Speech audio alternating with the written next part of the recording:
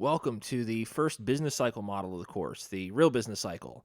There's two business cycle models that we're going to be learning about in this course: the real business cycle model and the new Keynesian model. Now, both of these models, they're really more like a class of models rather than like just like one model.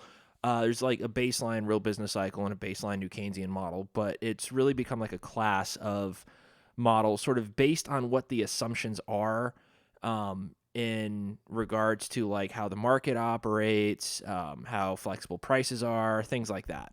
Um, well, I guess may as well just get started on this stuff.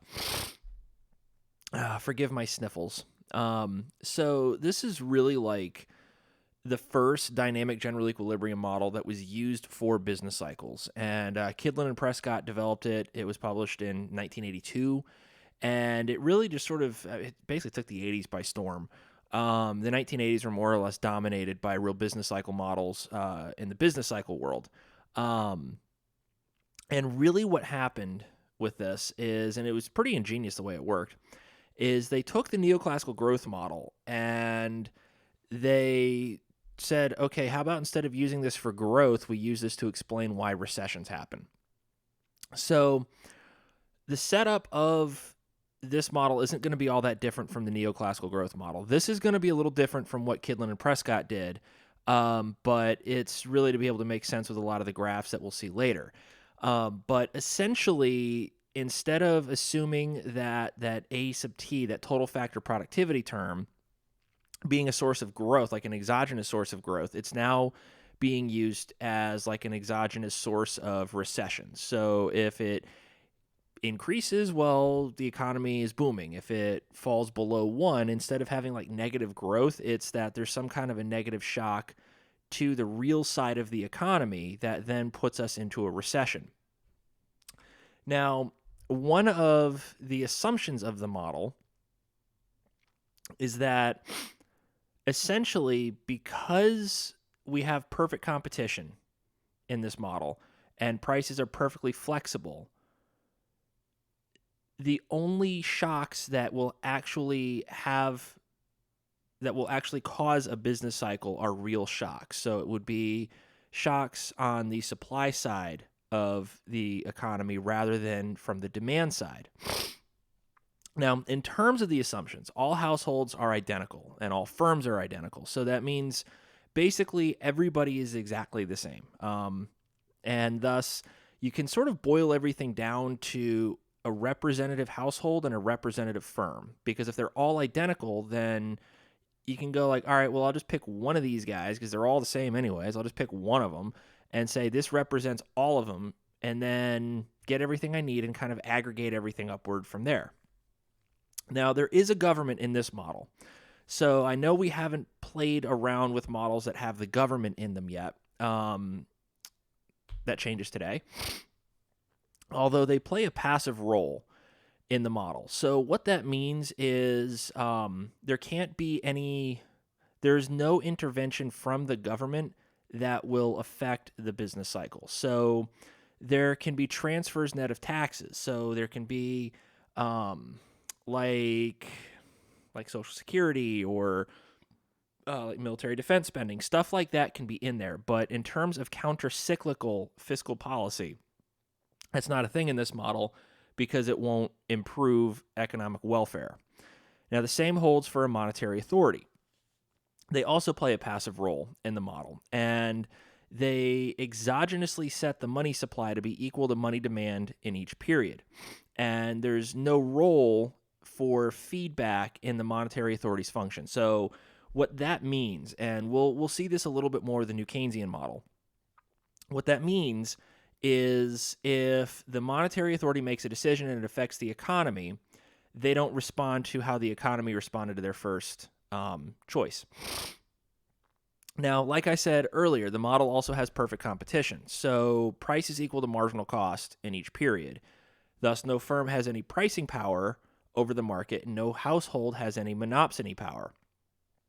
And all prices are perfectly flexible. And what I mean here is that if there's a shock to, say, like a demand shock, all the prices will instantaneously respond. So there's no room for output responses to demand side shock. So if there's a demand side shock, all that happens is the price moves and there is no output response whatsoever. Now, the economy is thus driven by technology shocks. Thus, if there's a shock to total factor productivity, there can also be shocks to like labor supply. These things will be affecting and causing business cycles, whereas changes to demand, like household preferences, government spending, monetary policy intervention, these things won't affect or cause a business cycle. Now, both welfare theorems of economics are also satisfied here. And because both of these welfare theorems are satisfied, there's no need for any stabilization policy. So not only can a government or a monetary authority not use any stabilization policy because it won't do anything, there's also no need to because everything is already Pareto efficient. And therefore, any equilibrium in the model is Pareto efficient. There's no reason for like a third party such as a government or a monetary authority to try to come in and improve economic welfare by having some kind of fiscal policy or monetary policy shocks to affect the business cycle. So this model explains two types of shocks really, really well. Technology shocks and labor supply shocks. And we're going to go through both of those later on, really once we've kind of solved the model out. And in short, this can handle supply shocks really, really well. It explains supply shocks really well. And it is pretty bad when it comes to demand shocks because, well, as we'll see later on, the data doesn't really support the results of the real business cycle model when it comes to looking at the demand side shocks. And then the supply side shocks make sense, but they tend to make sense over a longer horizon than maybe what it was initially designed for. The initial thought was, okay, maybe this can be like short to medium run stuff. It's probably more like just medium to long run stuff. And when it comes to the short run fluctuations, well, that's where another class of models come in, and that's what we'll be getting much later on in the course. Actually, one of the last things that we do in the course. Now, this model's set up just like what we saw with all the growth models. There's a utility function and there's a constraint. And there are a couple of differences, though. First, it's that the model's decentralized, meaning for us, there's more optimization problems. What we had with the centralized model, and those were all the growth models that we saw earlier, those were all centralized because you just had a household that made all of its optimizing decisions. And from there, the firm would make its decision, and implicitly labor decisions were made. But because we did everything kind of like per like effective unit of labor, you didn't really solve for labor market stuff in there. Here, it's a little different. You have a household that maximizes utility and a firm that maximizes profit. This is done simultaneously and separately. And then we also have the government, who is the kid in the corner eating glue. This is the government. This actually describes the government better than just about any other definition of the government or picture to describe the government than I could possibly imagine. So, the household's got a utility function, and this time it's got more than just consumption in it. So last time it was like U equals the natural log of CT. Well, here we've got consumption, labor, and real money balances. And the idea is that the agent wants to consume a lot today, but they also want to consume more tomorrow, so they either consume or they save. So that's not all that different from the growth models that we've seen. But we also have, on top of consumption, we have labor. Now, maybe saying labor isn't the best way to go about it, because they're making labor decisions, but the thing is, labor sucks. Going to work sucks, right? Most people don't like going to work. Maybe they can tolerate their jobs. Maybe they even like what they do. But if they had the choice to get up and go to work every morning at 9 a.m. or stay at home and sleep in and not do anything, they're going to choose to not do anything. At least most people are. So the idea is that the household or the agent hates work, but they like to consume. Now, If you hate work, another way to say that is you like sitting around. If you like sitting around, you like leisure. So there's a trade-off between consumption and leisure. You can either consume more stuff today, but in that sense, you get less leisure because you have to work more in order to get more disposable income to buy more stuff.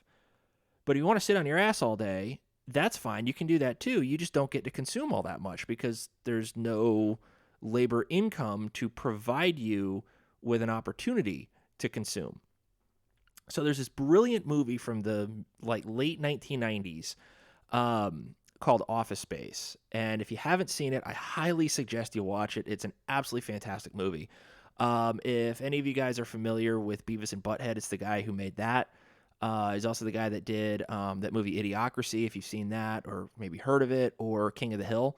Mike Judge, the guy is brilliant. And in this particular movie, it's the best way I can put it is it's kind of like how everybody feels about having an office job. And there's this one scene where the guy that it's about is talking to his neighbor, and the guy it's about, he works in an office, and it's just a miserable job. He hates it. He's got this micromanaging boss, and it's just this sterile, empty sort of environment that he works in, and most of the people around him are really annoying. And he just hates his job. And he's talking to his neighbor, who is a construction worker, who loves his job. And he asks his neighbor one day, he's like, yo, what would you do if you had $1 million? And I'm not going to tell you what he says he would do because this is YouTube, and I am also instructing a course. You guys are my students. But he says something that's kind of gross but really funny. And then the neighbor asks this guy, he goes, hey, what would you do if you had $1 million? And he's like, the guy's like, I'd sit on my ass and do nothing all day and it'd be great. And this guy, Lawrence, the neighbor, says, well, you don't need $1 million to do nothing, man. Take a look at my cousin. He's broke, don't do shit. And it's absolutely hilarious. And that essentially sums up the consumption leisure problem. You don't need a lot of money to sit around on your ass. You can be broke and not do a damn thing. But if you are, you can't really consume a whole lot. Now, if you want to consume a whole lot and you want to have really nice stuff, you want a nice house, you want a nice car, I don't know, you want a really nice TV, a nice couch, you want 4 healthy cats, well, okay, you're probably going to have to work a little bit more because you're going to need some more money. And as such, consumption and leisure, there's a trade-off. Now, that's not the only additional thing on top of consumption that we need to worry about. There's also money. Now, we have real money balances in the model, and we haven't gotten to monetary policy yet, but we will. Now, right now, think of it as you've got real money balances. The agent earns labor income, which gets deposited into an account or something. Now, let's assume this account, there's a savings account and a checking account.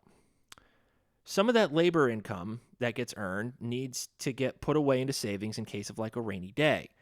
So a good way to think of it is okay, there would be some multiple of your income that you would want to keep as savings. Say 3.5 months of your income you want to keep as savings. That way, regardless of inflation, your real money balance holdings will be relatively constant. So if the inflation rate, I don't know, let's say doubles, well, if it's a constant multiple of your monthly income as savings, well, it doesn't really matter because it would be a multiple of your real earnings, not your nominal earnings. So regardless of inflation, you keep your real money balance holdings relatively constant, or you at least try to.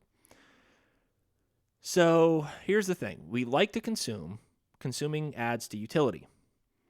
We don't like to work, so therefore labor would take away from utility. And this is that labor and leisure thing I was talking about. So we're going to come back to that in just a second.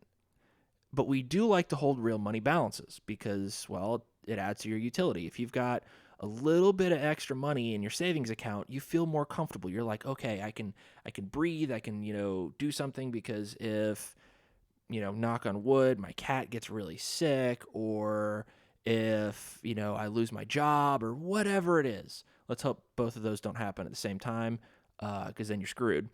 But whatever it is, you've got a little bit of a nest egg to fall back on so that you're not completely screwed right off the bat. As such, holding real money balances will add to your utility. So the consumption and real money balances are fine. Consumption goes up, utility goes up. Money balances go up, utility goes up. That's not the case with labor, though. Because with labor, if labor goes up, utility goes down. But there's a trick that we can use here. We want to have something that adds to utility, not takes away from it. We want to have everything increase our utility. And there's a neat little trick that we can use here. So here time is discrete. It's a discrete time model, just like everything else that we've seen. So there's a certain amount of time, call it like 1 unit of time. And that unit of time can get split up between work and leisure. So since labor is like, say, L sub T, you can call leisure NT, and I'm going to call it N for not doing shit. So if you've got one period, a fraction of that period is labor, and another fraction of that period is not doing anything. So that the fraction of labor and not doing anything sums up to 1. So L plus N equals 1. Therefore, the magic of like arithmetic, you can also just say N equals 1 minus L. Now in this case, because I've got N is not doing anything, N is leisure. If I work more, well, my leisure goes down. If I work less, my leisure goes up. If my leisure goes up, my utility goes up. If my leisure goes down, my utility goes down. So now I've got something that's working in the same direction as everything else. And it works out well for me here. A beautiful shot from Office Space. I cannot recommend this movie enough. It's amazing. Okay, so now I've got my utility function as a function of consumption, leisure, and money. And equation 3 is my utility function. So before it was just like the sum as t goes from 0 to infinity of beta to the power of t times the natural log of ct. But here, it's beta to the power of t times the natural log of ct plus theta times the natural log of 1 minus L, or natural log of n, plus gamma times the natural log of mt. Now, L, remember, is labor. So 1 minus L is N, or not doing anything. And M is money. This is the money that you want to hold in a savings account or something like that. So the coefficients theta and gamma, what are these things? What do they tell us? Right? They're not just there for the sake of being there. Theta is the elasticity of substitution of leisure for consumption. The idea for theta is, do you like to sit on your ass or do you want to go out and buy nice things? If you want to go out and buy nice things, well, then theta will be substantially different from if you want to sit on your butt. Gamma. What's gamma? Well, gamma is the elasticity of substitution of money for consumption. Think of this one as like the usefulness of money. The more useful money is to you, the higher gamma is going to be. Now, with these 3 things, these 3 inputs to the utility function, the agent maximizes their utility over an infinite time horizon, just like we did with the neoclassical growth model. So if you're noticing something here, this isn't all that different from the neoclassical growth model. It's just got a few terms added into it. Okay, now it's time for the constraint. This one's pretty ugly. Now, there's no production explicitly in this constraint like there was last time. Remember last time it was like y equals c plus I, and y is the production function. It's a little different here. And we're going to see how and why in just a second. But let's, I guess, go through what each part of the constraint should include, and then we can kind of go through it that way. So the constraint's going to start out in nominal terms, which then has to be converted into real terms, because if you're optimizing, you don't want to do it with respect to nominal terms. It always needs to be done with respect to real variables. And the reason for that is if it's nominal, well, you got 2 things moving around at once. You got the price level and you've got your real variable, whatever that real variable is. If it's real, on the other hand, the movement of the price level is now irrespective of the movement of that real variable because you're only looking at that real variable. You don't want two things moving around when one will do. Now, another thing I want to start out by saying is if a variable is in capital letters here, assume that it's nominal. If it's in lowercase letters, assume that it's real. So the agent can earn labor income, which is the wage rate times the amount they work. So if you work, 20 hours a week and you get $20 an hour, okay, that's $400 a week. So that's labor income. Now, you can also lend capital to the firm, KT at time t minus 1, and you'd earn interest on it equal to RT times KT today. So this gets planned into your constraint. If the agent owns stock in the firm, then they receive dividends dispensed as profit from the firm's activities. So that's D sub T. If the agent lent to either the government or the firm, they did so by buying a bond, B, capital B, at time t minus 1. They're going to earn RT times BT today at time t. This is also the same idea as buying a bond, BT plus 1 today, and getting 1 over 1 plus the nominal interest rate times BT plus 1 tomorrow. We also have nominal money balances, MT, capital MT, that we can think of as like an asset that lets us buy things, but it's an asset that's kind of held in a savings account. And then finally, the government taxes the agent and transfers resources V sub T around. Now, this is like a transfer payment. This is not something that's done in terms of fiscal policy trying to affect a business cycle. Remember that. So if I add all these things together, I get WT times LT plus RT times KT plus BT plus DT plus MT plus VT. These are all ways that the agent can earn income. So this is the source of funds right here. This is the source of income for the agent. Thus, this is only one side of the constraint. Let's go to the other side of the constraint. Now, we like to consume stuff. If you want to consume more, it means you want to spend more of our income on consumer goods, CT, capital CT. But you can also save. But there's a number of ways that you can save here. Originally, the way that you would save is just by getting capital. And that's it. You can still buy capital here. Capital is in this model. But remember, it depreciates at a rate of 1 minus delta. So you get KT plus 1 minus 1 minus delta times KT. Hey, we remember that. Let's look at bonds, though. You can buy bonds at a price of QT, capital QT, that'll pay off 1 over 1 plus R tomorrow. So that gets planned into the agent's constraint. Now, bonds are a state variable just like capital. So BT was bought yesterday. BT plus 1 gets bought today. Then we can also decide how much money we want to hold in the future. MT plus 1. So MT was chosen today. MT was chosen yesterday. MT plus 1 gets chosen today. Therefore, capital, bonds, and money are all state variables. Okay, so let's just add all that together. I get C plus K, KT plus 1, minus 1 minus delta times KT, plus 1 over 1 plus R times QT times BT plus 1 plus MT plus 1. This is all the use of funds. These are all the ways that we can spend money. So the source of funds has to be equal to the use of funds. Therefore, I just put both of those and set them equal to each other. As such, the constraint clears. All right, well, this is where things start to suck a little bit. Because I got to convert this into real terms. This is all nominal right here. And I want it real.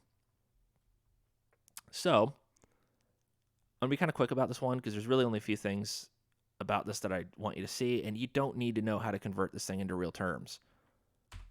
Now, it says you already saw how to do it with money. That's actually because this lecture slide here was originally from something else. Don't worry about that last bullet point. I kind of forgot to take that part out. You just divide everything by the price level. Now, everything with T subscripts, well, that's super easy. That just becomes lowercase. Everything with the T plus 1 subscripts, on the other hand, you got to do a little bit of a little trick here. So everything with a T subscript that can be converted to lowercase. So we go from equation 7 to equation 8. So everything that's in lowercase with a t subscript here, well, that's just because we had the capital, say WT times LT, capital W over P, the nominal wage rate divided by the price level. Well, that gives me my real wage rate. All this stuff in lowercase has been converted. The only thing, though, is I got BT plus 1 and MT plus 1. Now, if you're wondering about the KT and the KT plus 1, that's physical capital, so it's kind of already real. So I got BT plus 1 and MT plus 1. And I got to worry about the T plus 1 subscripts because it's MT plus 1 over PT. Tomorrow's nominal money stock divided by today's price level. That doesn't make any sense. I want tomorrow's money stock divided by tomorrow's price level. Well, tomorrow's price level is PT plus 1, so I could get MT plus 1 over PT plus 1, but there's no PT plus 1 in here. So if I divide MT plus 1 by PT plus 1, I need to multiply it by PT plus 1. In that case, I've got MT plus 1 over PT times PT plus 1 over PT plus 1. Well, what is PT plus 1 over PT plus 1? Might think about it, I don't know, what is that? It's 1. Anything divided by itself is just 1, right? So PT plus 1 over PT plus 1 is just 1. So I'm multiplying this by 1, but I'm doing it in a really snazzy way. So you can rearrange some stuff. I get MT plus 1 over PT plus 1 times PT plus 1 over PT. Well, PT plus 1 over PT is 1 plus the inflation rate. And MT plus 1 over PT plus 1 is lowercase mt plus 1. So I get 1 plus the inflation rate times MT plus 1. And that's now tomorrow's money stock in real terms, essentially being discounted for today. So now the only thing I got left is bonds. So with bonds, well, if it worked with money, it would work with bonds, wouldn't it? It's just the same PT plus 1 and PT thing. Right, so far, looking at the stuff in money, though, the role of inflation plays a huge part in determining how much money you want to hold. If inflation goes up, you want to hold more money balances to buy stuff because, well, stuff's getting more expensive. So you're going to go, I need to save more because, well, things could get more expensive, right? But at the same time, things are getting more expensive. I'm not going to worry about that. Don't worry about expected inflation stuff right now.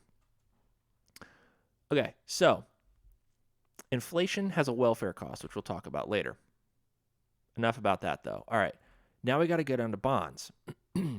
Once we finish the bonds, we're good. Now, maybe you remember the Fisher equation. You've probably seen it before.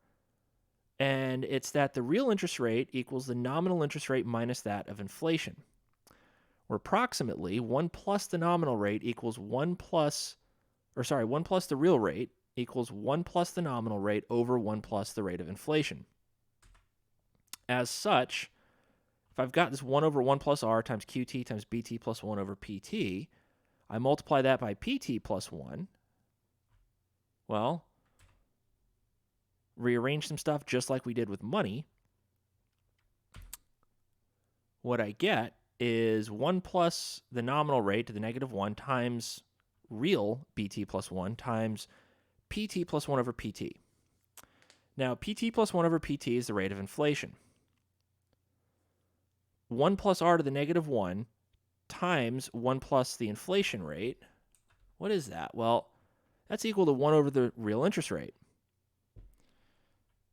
So, bonds in real terms is 1 over 1 plus the real interest rate times BT plus 1.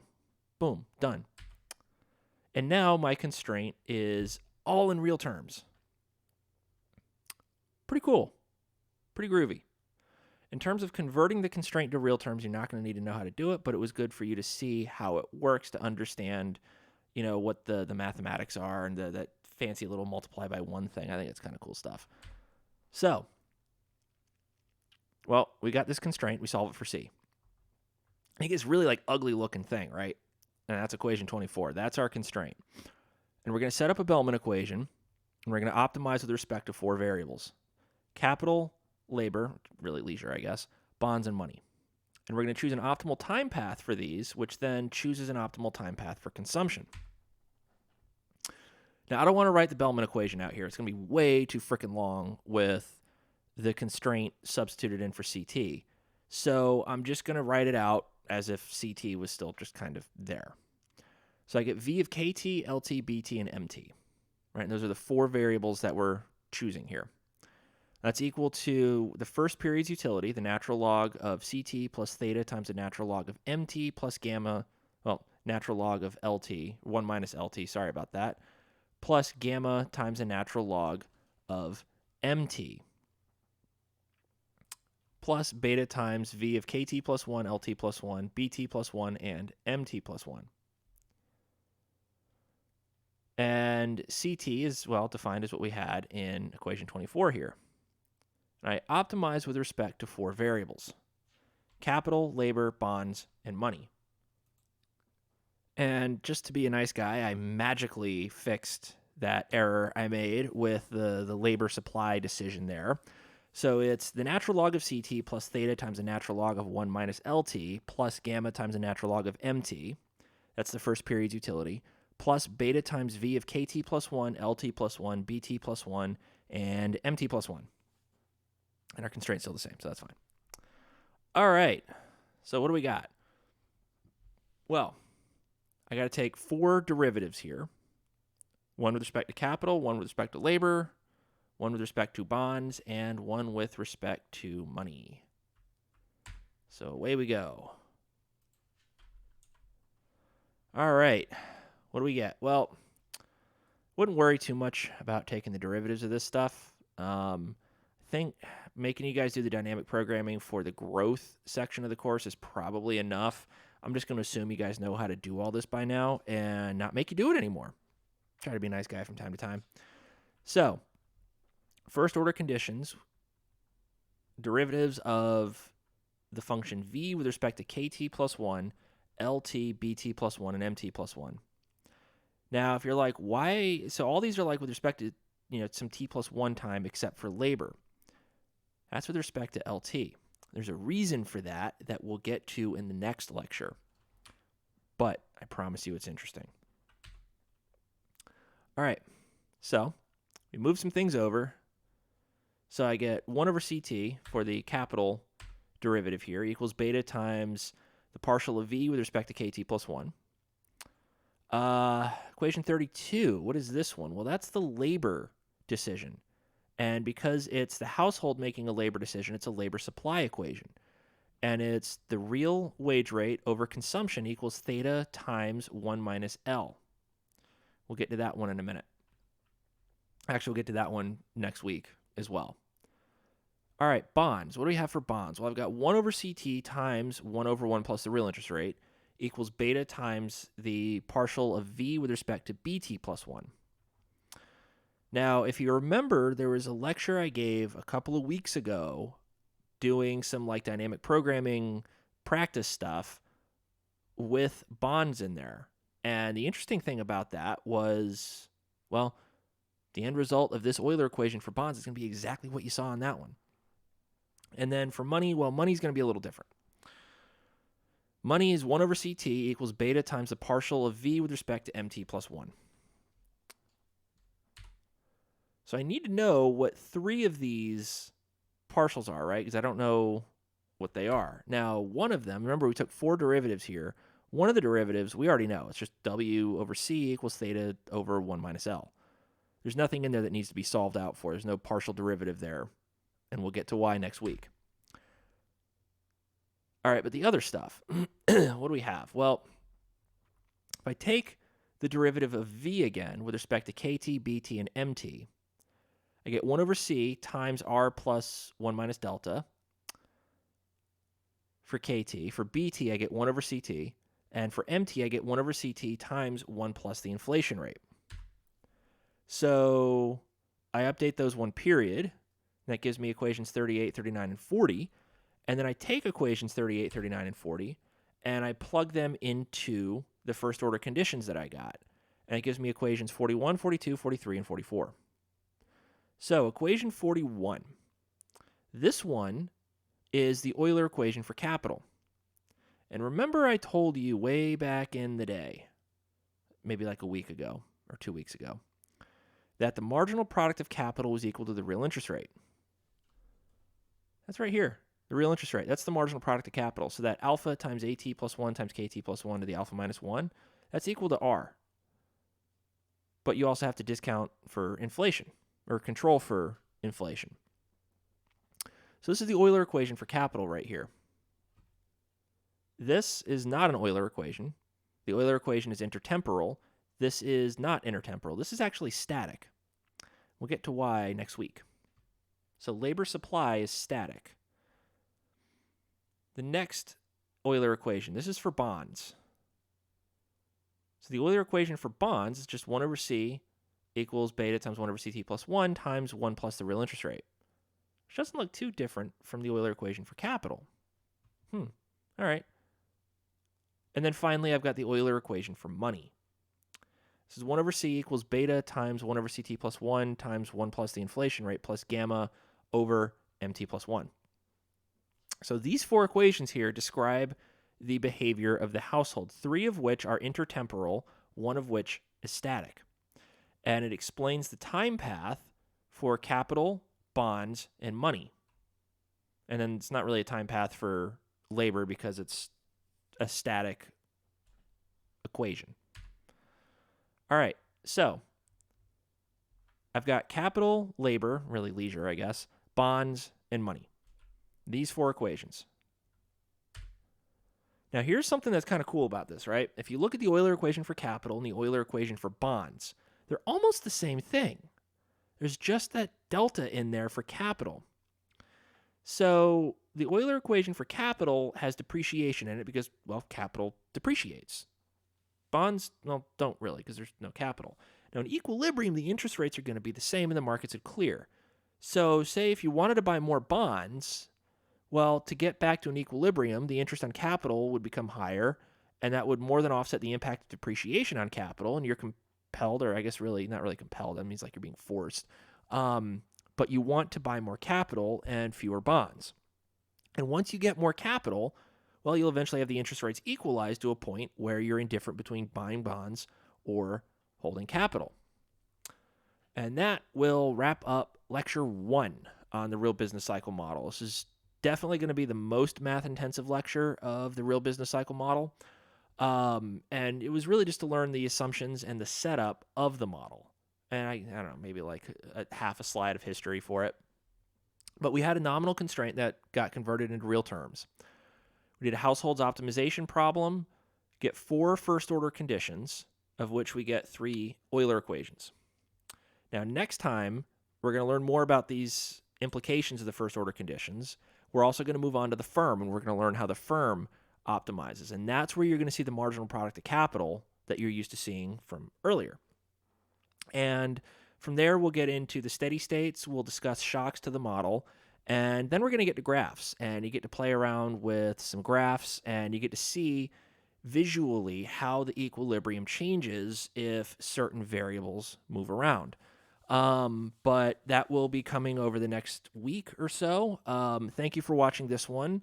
I hope you enjoyed this one. And, well, I guess class is done. Go home. Have a great weekend, and I will see y'all next week. Thanks for watching. Bye.